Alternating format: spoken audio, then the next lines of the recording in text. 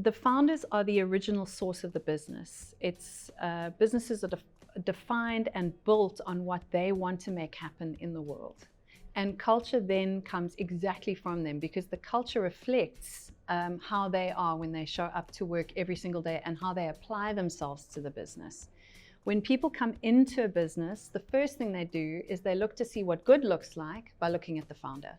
So if the founder, rocks up hungover at 10 a.m. every day, then that's what good looks like. That's a perfectly acceptable thing to do in the culture of your business. And the question is it working for you or isn't it? And in terms of the founders defining the business, then if it's not done intentionally and done quite carefully, or just with a little bit of awareness, you might end up with a culture that doesn't actually serve you, or a culture that's too exclusionary. What I often see is startup culture. You've got a group of friends, everybody hangs out together. There are a lot of Friday drinks, it's all lovely. And then you bring in someone who's actually a single mom, or maybe someone whose religion doesn't allow alcohol. And suddenly there's an exclusionary element to the culture, because it's not able to include someone who isn't into drinking till 11 o'clock on a Friday night. And those are the kinds of things where you end up with a culture that is difficult for people to have a sense of belonging in. And that's when the culture starts to define you instead of you defining the culture.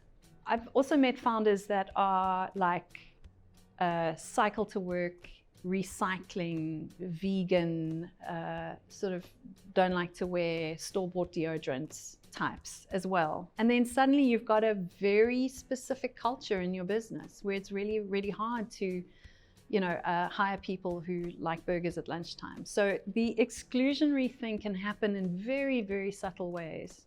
So you think that you're building a business based on all these beautiful values around looking after the earth and loving the animals and being hyper responsible, but there can still be a shadow or an edge to that culture which excludes people.